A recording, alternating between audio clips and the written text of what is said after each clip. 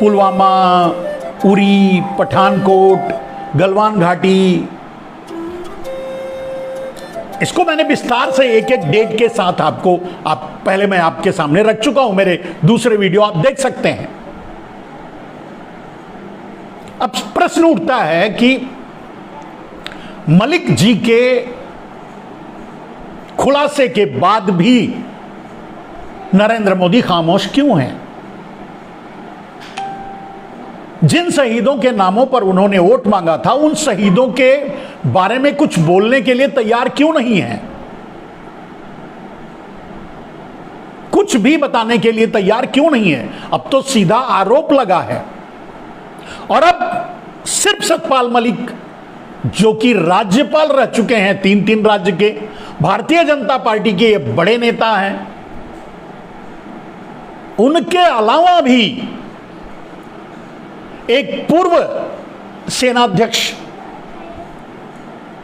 चौधरी सीधे सीधे सवाल उठाया है। आखिर कौन सवाल उठाएगा? क्या सुप्रीम कोर्ट को भी चाहिए?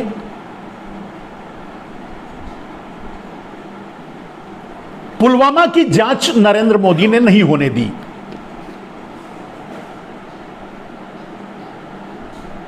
पुलवामा की जांच नरेंद्र मोदी ने इसलिए नहीं होने दी क्योंकि मलिक साहब वहां के राज्यपाल थे, उनको पहले ही चुप रहने के लिए कह दिया गया था। नरेंद्र मोदी सीधे इस कॉन्स्पिरेसी में पकड़े जाते, सामने आ जाते। ये दूसरे तरह का मामला नहीं है मेरे दोस्त। ये वो मामला नहीं है कि चलिए कुछ करोड़, कुछ लाख करोड़ नरेंद्र मोदी ने, अगर अडानी ग्रुप उनका है, अगर अडानी ग्रुप उनका है according to the Arvind Kejriwal, अगर अडानी ग्रुप उनका है तो जो ठगी, धोखाधड़ी, फ्रॉड हो रहा है देश के साथ फाइनेंशियली, वो अलग इश्यू है। लेकिन ये राष्ट्र का मुद्दा है, ये एकता अखंडता की बात है, ये देश के संप्रभुता की बात है। क्या किसी देश में ऐसा भी हो सकता है कि उसका राष्ट्राध्यक्ष ही इस तरह की कॉन्स्पिरेसी में शामिल हो और उसका फायदा उठाए? जो आरोप नरेंद्र मोदी पर लग रहे हैं, और अब तो बड़े बड़े लोग लगाने लगे हैं। कब तक खामोश रहेंगे नरेंद्र मोदी जी? इस बात पर तो बोलना ही पड़ेगा। नरेंद्र मोदी ने पुलवामा के नाम पर वोट मांग करके 2019 में चुनाव जीत गए। अगर पुलवामा नहीं हुआ होता तो नरेंद्र मोदी चुनाव नहीं जीतते। अब नरेंद्र मोदी को 2024 के चुनाव से पहले और चुनाव के मध्य या चुनाव के बाद, अगर पहले नहीं बताए तो बाद में यह बताना ही होगा कि पुलवामा की घटना क्यों हुई, कैसे हुई। और जो भी, एक एक बात को दोहराने का कोई अर्थ नहीं है, जो भी मलिक साहब कह रहे हैं उसमें कितनी सत्यता है, इस पर नरेंद्र मोदी जी खामोश क्यों हैं?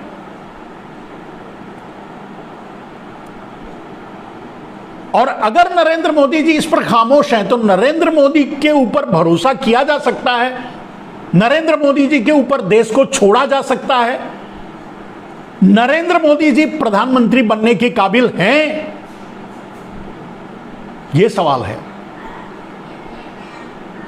बात यहां वोट का नहीं है, बात यहां चुनाव का नहीं है, बात यहां चुने जाने का नहीं है। यह तो सीधे सीधे देश के साथ, आप खुद सोचिए।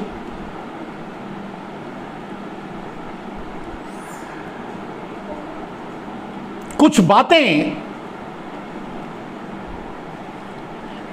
जैसे देश इसे भूलेगा नहीं। नरेंद्र मोदी अगर यह सोचते हैं कि हम अडानी पर संसद में बहस नहीं होने दिए, वो फाइनेंशियल मैटर है, वो फ्रॉड का केस है, अडानी माफिया है। अब अगर अडानी ग्रुप नरेंद्र मोदी है चला रहे हैं और वो नरेंद्र मोदी का है बकौल अरविंद केजरीवाल, तो सब कुछ जो अडानी के लिए कहा जा रहा है वो नरेंद्र मोदी हैं। लेकिन इनसे बहुत आगे निकल करके बहुत बड़ी घटना हुई थी जिसमें हमारे 40 सैनिक मारे गए थे, 40 जवान मारे गए थे, वो पुलवामा। क्या मैं नरेंद्र मोदी छोड़िए, मैं आरएसएस से यह सवाल करता हूं, मैं भारतीय जनता पार्टी के नेताओं से यह सवाल करता हूं,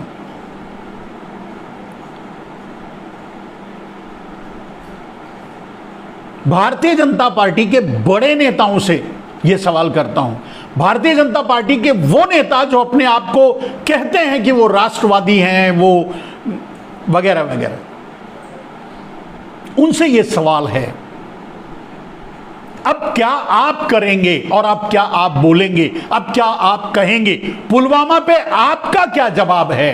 भारतीय जनता पार्टी के नेताओं से मेरा यह सवाल है, छत्रपों से मेरा यह सवाल है, प्रदेश के मुख्यमंत्रियों से मेरा सवाल है, भारतीय जनता पार्टी के जितने मुख्यमंत्री हैं,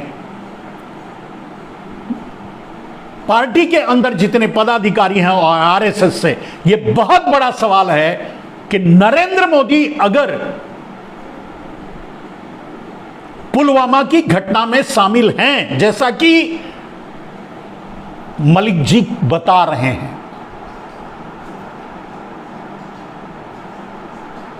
तो क्या देश आज खतरे में नहीं है? सोच के देखिए, पूरे देश की संप्रभुता खतरे में है। जो अपने सैनिकों के साथ इस तरह से ये कर सकता है, वो फिर देश के साथ क्या करेगा? या फिर अरविंद केजरीवाल के कथनानुसार, जैसा कि वो कहते हैं, अभी तो उन्होंने विधानसभा में एक कहानी सुनाई, अपने माने दिल्ली के विधानसभा में एक कहानी सुनाई, चौथी फेल या पास जो भी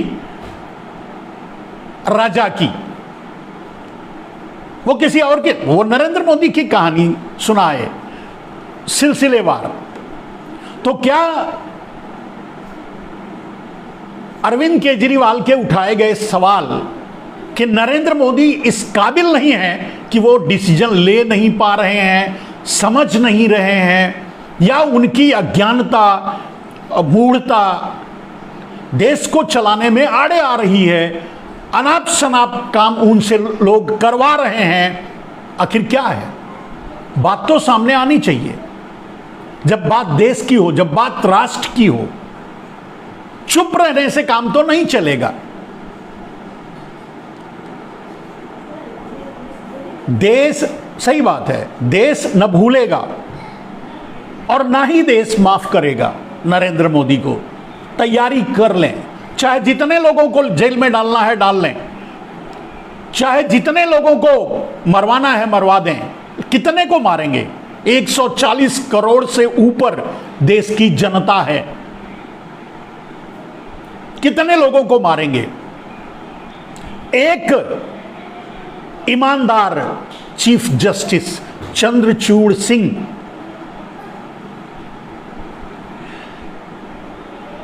नाक में घुस गए हैं नरेंद्र मोदी के, हैं? सोचो, भारत, यह सच है कि भारत कायरों का देश रहा है, भारत मूर्खों का देश रहा है, भारत अज्ञानियों का देश रहा है, और ऐसा नहीं होता तो भारत इतने सालों तक गुलाम नहीं हो सकता था।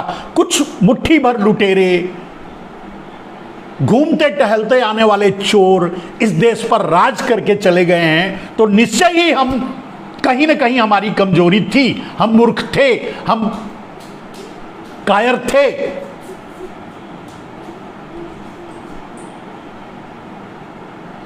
जिन मुगलों को सिर्फ थप्पड़ों से मारा जा सकता था, जिन अंग्रेजों को मुट्ठी से मसला जा सकता था, वो हम पर राज करके गए हैं। तो कहीं ना कहीं हम कमजोर थे, इस पर डिबेट में नहीं जाते हैं। लेकिन यही वो देश है जहां चंद्रशेखर आजाद हुए, वीर भगत सिंह हुए, अशफाक उल्लाह खां हुए, होते ही रहे हैं। अपना बलिदान देकर के इस देश की रक्षा की है, और वो आगे भी होते रहेंगे। मैं थोड़े दिन पहले ही ये बात कही थी, मुझे सुप्रीम कोर्ट पर भरोसा नहीं रह गया था जिस तरह से निर्णय आ रहे थे, लेकिन चंद्रचूड़ के कुछ निर्णयों से उम्मीद जगी। अब सोचने की बात है, अगर एक ईमानदार आदमी एक मूर्ख राजा पर इतना भारी पड़ सकता है, अगर कुछ और ईमानदार हो गए, चुनाव आयोग में ईमानदार हो गए, चुनाव आयोग निष्पक्ष तरीके से करवाए, ईवीएम से चुनाव ना होने दे, और अगर ईवीएम से चुनाव छोड़ दीजिए, ईवीएम को अगर टेक्नोलॉजी से ही चुनाव करवाना है तो चुनाव तो आधार कार्ड से ही हो सकता है। एक छोटी सी मशीन हर चुनाव बूथ पर लगेगी और उस डेटा को रिकवर करने के लिए एक मशीन लगेगा। ईवीएम छोड़ दीजिए, उसके ईवीएम से 10 गुना कम पैसे की एक कंप्यूटर, एक अंगूठा लगाने की मशीन, एक हार्ड डिस्क, एक मॉनिटर, चुनाव हो जाएगा। ईवीएम की जरूरत ही नहीं है, ऑनलाइन चुनाव हो जाएगा। आधार कार्ड से चुनाव कर दें, बैंक से लेकर के प्रॉपर्टी से लेकर सब कुछ आधार कार्ड से हो रहा है, तो चुनाव आधार कार्ड से क्यों नहीं होगा? और उसमें कोई गोलमाल नहीं हो सकता, उसमें कोई डेटा का हेरफेर नहीं हो सकता, उसमें प्रीलोडिंग भी नहीं हो सकती। तो एक ईमानदार अगर चुनाव आयुक्त आ जाए, चंद्रचूड़ जैसा या टीएन सेशन जैसा चुनाव आयुक्त एक आ जाए, तब कितना भारी पड़ेगा नरेंद्र मोदी जी। और मैं समझता हूं, मैं विनती करता हूं सुप्रीम कोर्ट से, और कुछ जो पीआईएल अक्सर दाखिल करते हैं, जो बार बार हर छोटे बड़े मुद्दों को लेकर सुप्रीम कोर्ट में जाते हैं, उनसे अनुरोध करूंगा कि पुलवामा की जांच को लेकर के सुप्रीम कोर्ट संज्ञान ले, क्योंकि जो बातें सामने खुलकर आई हैं वो सीधे ये साबित कर रही हैं कि वो घटना के पीछे पूरा का पूरा हाथ नहीं, सर पैर सब कुछ था नरेंद्र मोदी जी का, और वो मात्र चुनाव जीतने के लिए, क्योंकि उन्होंने उस घटना का इस्तेमाल चुनाव के लिए किया, उस घटना पर बोलने वालों का मुंह बंद किया, उस घटना की जांच नहीं होने दी। तो ये तो सीधे दिखता है, समझ में आता है, सुप्रीम कोर्ट को आगे आना चाहिए।